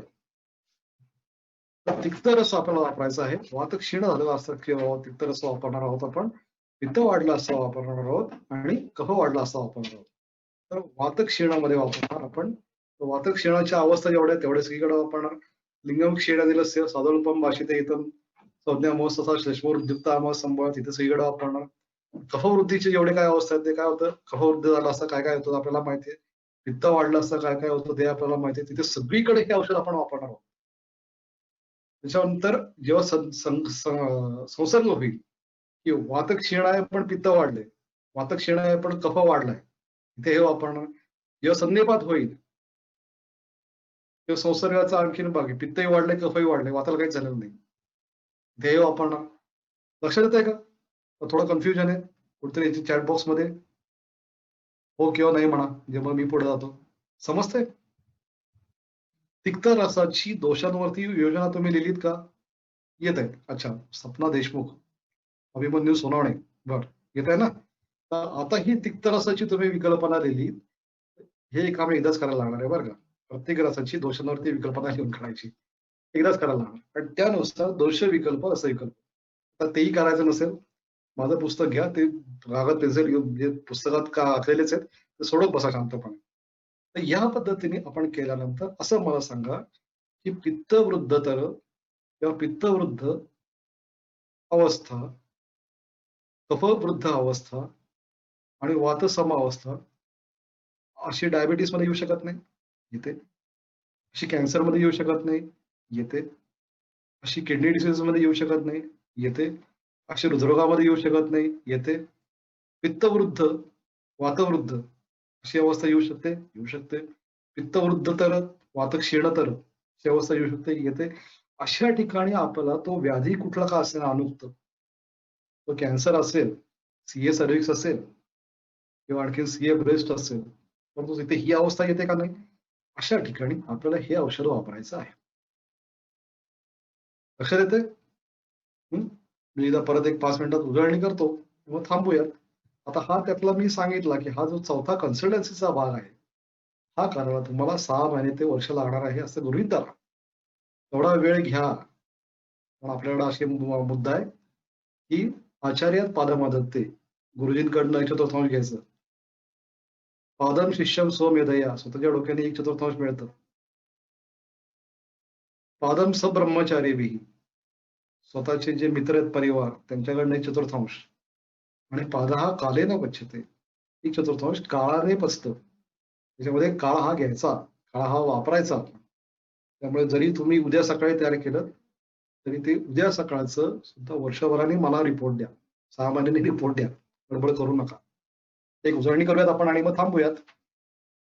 उजळणी त्यातली अशी की कुठलाही रसकल्प वापरताना सगळ्यात पहिल्यांदा काय करायचं आपण त्याचं, तर तशी फलश्रुती वाचायची, अधिकार बघायचा. अधिकारातून आपल्याला कळतं की अमुक अमुक ठिकाणी विंडो वापरायचं औषध आहे. फलश्रुती वाचल्यानंतर कळतं की कुठल्या कुठल्या आजारामध्ये विंडो वापरायचं औषध आहे. फलश्रुती वाचल्यानंतर आणखीन कळतं की असे 2-3 लक्षण एकत्र असेल तरी वापरायचं औषध आहे. त्याच्यानंतर काय कळतं की असे एकामुळे झालं असेल तरी करायचं औषध आहे. हे सगळं जनरल प्रॅक्टिशनरच्या लेवलला आपल्याला करता येतं. मुद्दा असा लक्षात घ्या की मी कोणाचीही किंमत कमी करत नाही.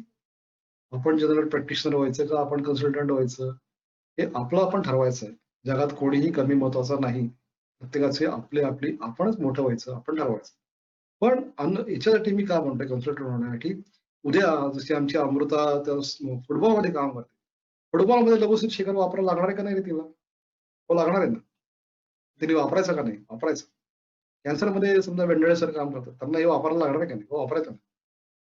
तसं समजा उद्या कोणी म्हणतं की मी फक्त डायबिटीसच पेशंट पाहणार, त्या डायबिटीसच्या पेशंटचं मी आयुर्वेद निदान करणार आणि त्यांना औषधं वापरणार. तुम्हाला ही सगळी औषधं वापरायला लागणार आहेत का नाही? हो लागणार आहे. पण मग ग्रंथात आलेलं नाही ना डायबिटीससाठी वापरा. कशी वापरायची आपण? ती या पद्धतीने वापरायची. हा मी चौथा भाग सांगितला. काय सांगितलं? त्यातला एक छोटासा भाग मी राहून गेला की आप्तवचन आणि चरकाचा प्रोटोकॉल याचा समन्वय करायचा. हा तिसरा महत्वाचा भाग आहे. हा झाल्यानंतर तुम्ही जनरल प्रॅक्टिशनरच्या थोडेसे आणखीन एक टप्प्यावरती गेला. आता तुम्हाला रिअल कन्सल्टंट बनायचं असेल तर काय केलं पाहिजे की हे औषध तयार कसं झालंय. आता तर आपण 3च घटक घेतले मध्ये, पण लक्ष्मीनारायण रस घ्या किंवा आणखीन काहीतरी काय घेतलं आपण, चंद्रप्रभा घ्या, 12-12, 15-15, 20 औषध असतात त्याच्यामध्ये. सुचिकर घ्या, सिद्धम सुतम कृतम सुवर्णम, अरे बापरे. ते त्याची सगळ्याची बेरजा वजाबाक्या करत करत करत तुमच्या डोळ्यासमोर एक तयार होईल. त्याचा रस विकल्प करून मग त्याच्यानुसार तुम्ही त्या ठिकाणी वापरा. म्हणजे हिरक भस्म मी आम्लपित्तामध्ये वापरायचं नाही का? मी वापरलंय ना. विक्रांत भस्म मी आम्लपित्तामध्ये वापरायचं नाही का? तर तुम्हाला असं लोकांना वाटतं. आमचे एक मित्र आहेत, एक केस माझ्याकडे अशी आली होती की तालुका प्लेसची केस होती. माझ्याच एका विद्यार्थिनीचे आजोबा, त्यांना रोज 20-20 जुलाब होत होते. 4-5 दिवस झाले त्यांना 20-20 जुलाब. जुन्यावरची अँटीबायोटिक्स घेऊन झाली होती. तालुका प्लेसला जे काही करता येणं शक्य ते सगळं करून झालं होतं. परंतु त्या व्यक्तीला नाही, त्या आजोबांना बरं वाटत. ही विद्यार्थिनी मला म्हटली की सर काही करायचं का? तर मी असं केलं की एक एकूण पाहता मी पर्पटी मोठ्या मात्रेत दिली. मोठ्या मात्रेत म्हणजे जवळजवळ रोज 2 ग्रॅम वजन करून, आणि 2 ग्रॅम वजन करून दिल्यानंतर ते थांबलं. थांबल्यानंतर अशी पंचायत झाली. नंतर मग थांबल्यानंतर मी म्हटलं आता तिथे जवळच माझे मित्र एक आहेत वर्गातले, त्यांना पुढचं दाखवा कारण ते बघू शकतील. मी इथं बसून जादूने काय दाखवणार. त्यांच्याकडे गेल्यानंतर त्या माझ्या मित्राने असं केलं की एवढी मोठी बर्फटी या काय समजतं स्वतःला, पुढ्याने थांबतात. आता म्हणलं जे 4 दिवस अँटीबायोटिक देऊन थांबलेले नाही ते कुड्याच्या 125 मिलीग्रामने थांबणार आहेत का? पुढे थांबले असते पण 1 किलो कुडा चूर्ण रोज द्यायला लागलं असतं. 75 वर्षाचे आणि 80 वर्षाचे आजोबा 1 किलो कुडा चूर्ण, म्हणून मी म्हणलं की त्याचं बल लिहा, त्या रसाचं वीर्याचं बल लिहा. कुडाही तिक्त रसाचा आणि कुटकी तिक्त रसाचे म्हणजे त्याचं बल सारखं नसतं. गाढव आणि बोकड बल वेगळं असतं. एक प्राणी दुसरा प्राणी एकत्र नसतो. शतावरीचा मधुर रस वेगळा, सुवर्णाचा मधुर रस वेगळा, खडीसाखरेचा मधुर रस वेगळा, चा उपयोग वेगळा करायचा आहे. तर हे सगळं केल्यानंतर आपण जेव्हा त्याची दोषिक विकल्पना तयार करतो, रसाची विकल्पना तयार करतो, ती रसाची विकल्पना तयार झाल्यानंतर आपल्याला त्याची दोषिक विकल्पना आपोआप डोळ्यासमोर येते. जसं आता आपण म्हणलं की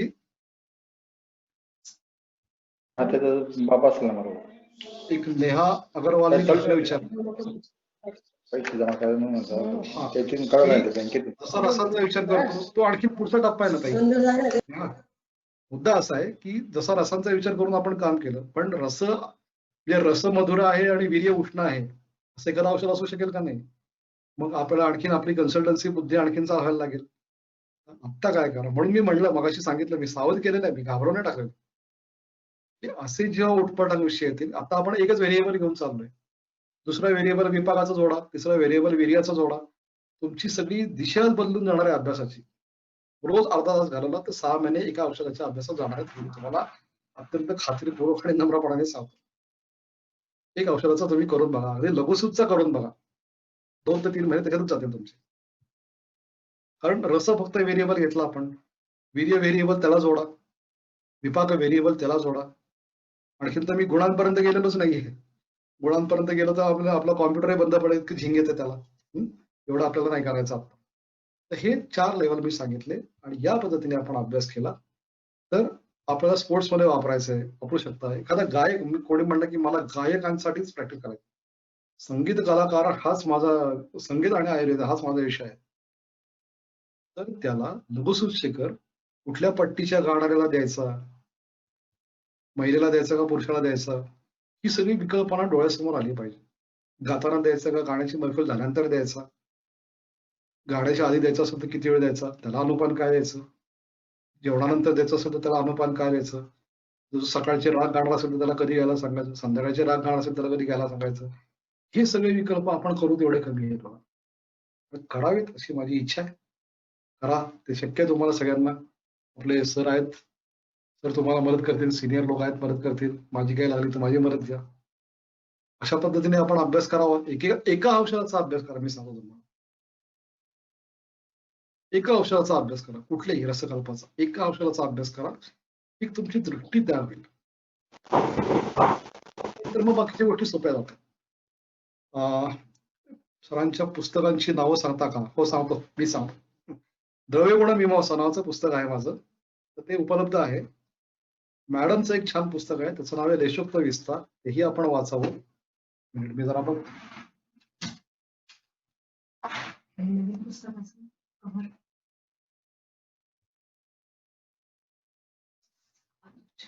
डिकोडिंग लेशोक्त नावाचं पुस्तक आहे, त्याचाही अभ्यास करावा. कन्सल्टंट व्हायचं असेल तर केला पाहिजे. आणि तिसरं जे आता माझं नवीन पुस्तक येत आहे, त्याचं आता कव्हर इथे माझ्या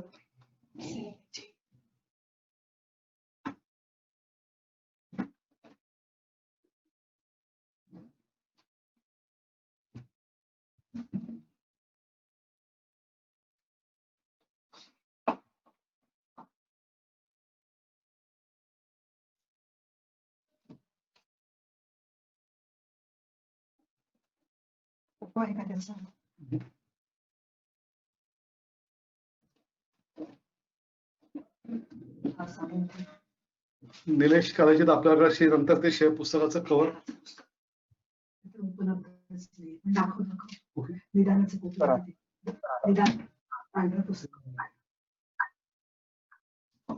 माधव निदान पहिल्या अध्यायाचं भाषांतर तेही उपलब्ध आहे.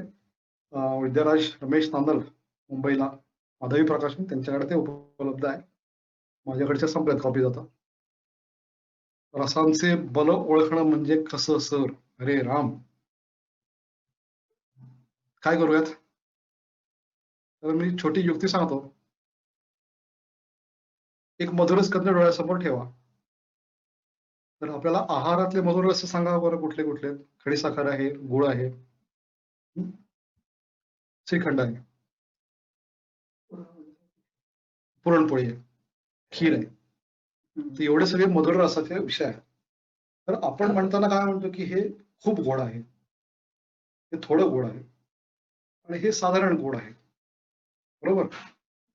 तर त्याच पद्धतीने आपण कुटकीचा रस ग्रंथामध्ये दिलेला आहे बघा. उदाहरण कटुकास्कंदाचं उदाहरण दिलेलं आहे, कटुकास्कंद दिलेला आहे.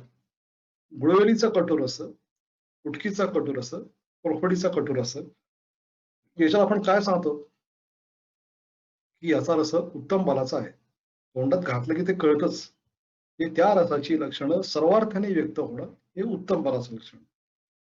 थोडीशी लक्षणं व्यक्त होत आहेत किंवा सगळी लक्षणं थोडी थोडी व्यक्त होत आहेत, हे मध्यम बलाचं लक्षण. थोडीशीच लक्षणं, एखाद दुसरं लक्षण व्यक्त होत आहे किंवा सगळी लक्षणं दिसतात पण अगदीच म्हणजे जेमतेम आपलं उपस्थिती जे सर म्हणल्यासारखी आहे, तर ते हीन बलाचं लक्षण. अशा पद्धतीने त्याचे रस ओळखायचे. वीर्याचं पण ते तत्कृष्ण ब्रह्मग्लानी स्वेदद आशु पाकिता, ही वीर्याची लक्षणं आहेत. वेखंड तोंडात ठेवल्यानंतर ही सगळी लक्षणं दिसतात. मग वेखंडाचं वीर्य हे उष्णतम वीर्य. चित्र खताळा असं कळतं ना सगळं उष्ण वीर्य काय ते, बरोबर आहे? पण त्याच पद्धतीने आणखीन बाकीच्या काही काही गोष्टी आहेत, त्याचं एवढं उष्ण वीर्य जाणवत नाही. अर्द्रकाचं उष्ण वीर्य एवढं तुम्हाला जाणवत नाही, बरोबर? या पद्धतीने ते ठरवायचं. सर ज्या प्रकारे रसवीर्य चिकित्सा करू शकतो, एखादा द्रव्य दोन्ही काम करेल. अभिमन्यू सोनावणे, येस, त्याचं चर्चा माझी सगळ्या पुस्तकात आलेली आहे, तुम्ही कृपया पुस्तक वाचा. पुढचा धनश्री रमेश गवारी. धनश्री, प्रश्न नेमका आहे, एकाच विषयाच्या संबंधी ग्रंथकारांचे मतमतांतर असल्यास त्या विविध मतांचा प्रॅक्टिसमध्ये कसा वापर करावा? ग्रंथकारांचं मतमतांतर असल्याचं मी काही पाहिलेलं नाहीये ताई, खरं सांगू का? असं दिसत नाही. असेल तर मग बघायला लागेल, पण तो नाही असं होत. असं एखादं उदाहरण असेल तर मग आपण नंतर फोनवरती बोलूयात. माझ्या पाण्यात तर काही असं आलेलं नाहीये. कदाचित काय होतं सांगू का ताई, की आपलं इंटरप्रिटेशन गडबड होते, मग त्यामुळे आपल्याला वाटतं मतमतांतर आहे. हा, ते इंटरप्रिटेशन कसं करावं याबद्दल आता मी, झालीत माझी व्याख्यानं, निलेश सरांकडे ते बरीचशी उपलब्ध आहेत, युट्यूब वरती आहेत. तिला जरा वाचून बघा. काही अडचण आली तर फोनवरच बोलूयात आपण. आणखीन काही प्रश्न? हॅलो सर, नमस्कार. आयुर्वेद कल्पविवेचन यातर्फे आम्ही विद्यार्थ्यांना पडणारे 2-3 प्रश्न काढले, तेवढे विचारतो फक्त. सर, 2 कल्पांची जोडी कशी ठरवायची? म्हणजे ते ड्रग ड्रग इंटरॅक्शन असेल किंवा मॉडर्न मध्ये जसं म्हणतात, किंवा सिनर्जेटिक इफेक्ट द्यायचा, किंवा परत एकदा मी सांगू का जरा, की याचं सगळ्याच विवरण माझ्या पुस्तकात आलेलं आहे. कारण कसं होतं, हा विषय शिकवण्याला परत 1 तास लागेल, एवढा नाहीये. तर माझी आपली प्रार्थना अशी आहे की तुम्ही त्या पुस्तकात थोडासा अभ्यास करा. परत त्या विषयात बोलायची तर मी नक्की बोलेन. मला तो टाळायचा नाहीये विषय, आत्ता जवळ वेळ नाही आपल्याला. 2 औषधं एकत्र करताना काय विचार करावा? सर, काही जणांना असा प्रश्न पडतो की कल्प दिल्यानंतर विहार काय सांगावं, किंवा कोणता कल्प, सपोज काही फॅमिली हिस्ट्रीचे डिसीज जे असतील त्याच्यामध्ये कोणते कल्प द्यावा, तर त्याबद्दल. हा, आता फॅमिली हिस्ट्री मधले जर का विषय असतील तर हे जे फलश्रुती मधले जे भाग आहेत ना, त्याच्यामधले जे फॅमिली हिस्ट्रीला युक्त वाटेल त्याप्रमाणे करावं ते. अनुक्त व्याधी असेल तर मग तो मात्र परत या सगळ्या पद्धतीने अभ्यास करायला पाहिजे. पण फलश्रुतीमध्ये आपल्याला कळू शकतं की मेन अनुवंशिक आहे, वातरोग अनुवंशिकता असू शकते, त्या पद्धतीने अभ्यास करावा, सोपं आहे. सर, विशिष्ट कल्पाला विशिष्ट विहार सांगितला गेला पाहिजे का नाही? विशिष्ट कल्पाला विशिष्ट हा विहार का? हा, म्हणजे हे कसं आहार तुम्ही विहार. कुठल्या लेवलला आता हे रसवैद्य जे असतात ना खूप तसे पारंपरिक ते असं वाटतं की काय नाही रे, औषध काय त्याला खायचं ते खाऊ दे, प्यायचं ते पिऊ देत, झोपायचं तर झोपू देत. परंतु कसं आहे, आपण ठरवायचं की आपल्याला कुठल्या लेवलची चिकित्सा करायची. नेमकेपणा तुम्ही आणलात विकल्पनेतलं की बाबा हे औषध हे रसायन काळी घे, उपयोग चांगला होईल. आता औषधाचं काम करतच की, पण तुम्ही जर का त्याला नेमकं सांगितलं की हे औषध घेतल्यानंतर अमुक अमुक विहार कर, उपयोग चांगला होईल, जास्त होईल, लवकर होईल.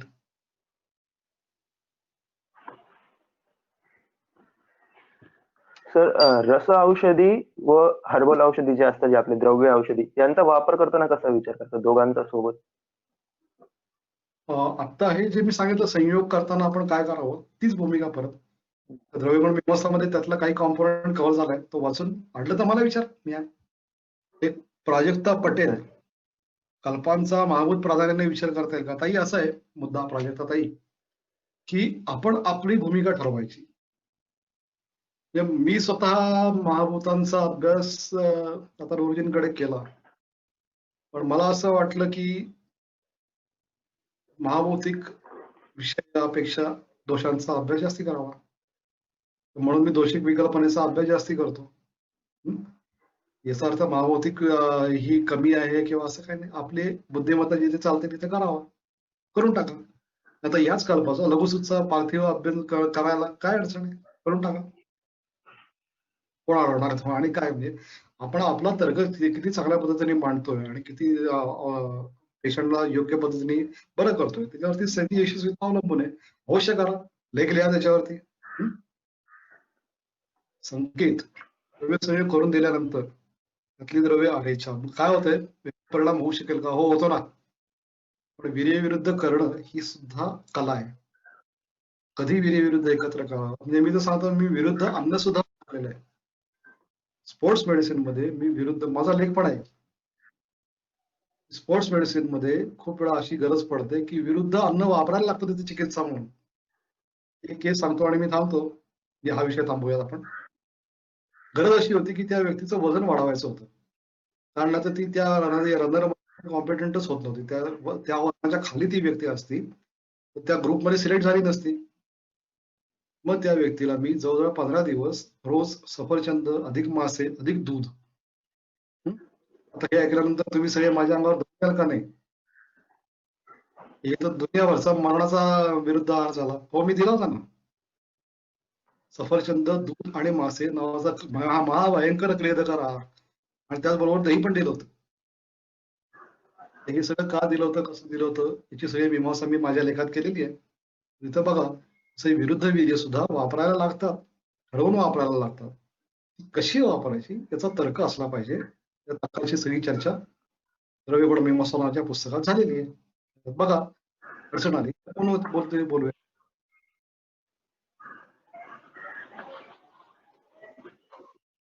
रसोश्रुती देताना ओंकार मलपणी दोषदृश्य बल विचार न करता वापरायला सांगितलं, ही योग्य आहे का? याला अर्थवाद म्हणतात. दोषदृश्य विचार न करता द्यावं हा एक भाग आहे, परंतु दोषयुक्त करू नका असं काही सांगितलेलं नाही. करण्याची जोड पडत नाही, इतकीच मर्यादा त्यांची. पण समजा आपण तो करून दिला, क्षेत्र वाढणार आहे आपलं. म्हणजे आता मी मगाशी उदाहरण दिलं की हाच रसौषधी कल्प स्पोर्ट्स मेडिसिन मध्ये वापरायचा, तर दिलाय का रे त्या ग्रंथाच्या फलश्रुतीमध्ये की स्पोर्ट्स मेडिसिन मध्ये पण वापरावा? नाही दिलेला, पण आपल्याला वापरायचा ना. मग तो कसा वापरता येईल? जेव्हा आपण अशा प्रकारे त्याची विकल्पना करू, दोष दूष्य बल सगळी, त्याला तो अधिक चांगल्या पद्धतीने वापरता येईल. हाँ फिरदौस, फिरदौसी, आप कहाँ से हैं? हिंदी में बात कर रहे हैं। संहिता में कौन से प्रकार से दी गई है, लेकिन प्रैक्टिस में प्रैक्टिकली या नहीं है, दिखाई देता है। नहीं भैया, व्यवहार जो है ना उसकी चर्चा मैं नहीं करूंगा, लोग क्या करते हैं इसकी चर्चा मैं नहीं करूंगा। आदर्श क्या इसकी चर्चा जरूर हो सकती है, प्रैक्टिकली उस प्रकार से क्या कर तो व्यवहार है, अपने अपनी मर्जी। सब लोग यहाँ पे अपनी मर्जी के मालिक है, लोकशाही है हमारे यहाँ। उसकी कुछ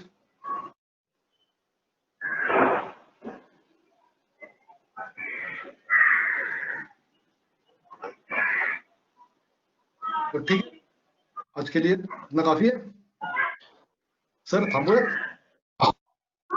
हो सर, फक्त एक सर्व पार्टिसिपेंटला एक सूचना अशी होती की सरांचं प्रॅक्टिकल नॉलेज एवढं आगार आहे, ते सरांनी प्रत्येक ठिकाणी ते नोट केलेलं आहे.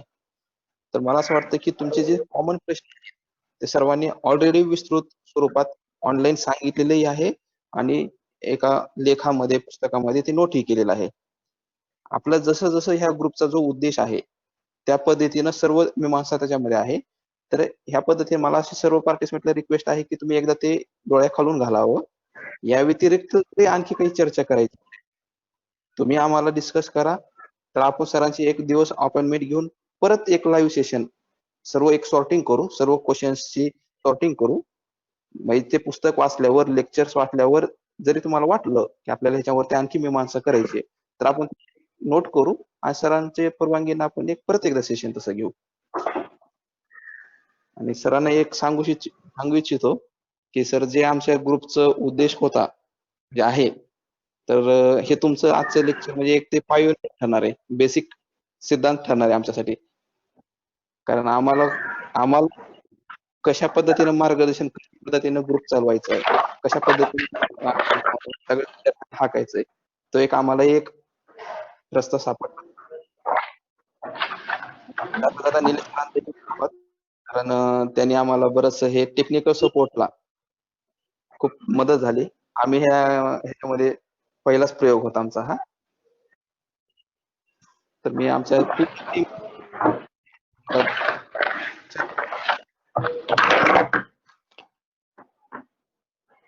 आणि अशाच अपेक्षा करतो हो, भविष्यात आम्ही आता जस्ट एक आरोग्यवर्धिनीवरती ग्रुप चर्चा झालेली आहे. तर आम्ही त्यांचं एकत्र नोट्स तयार करतोय सर.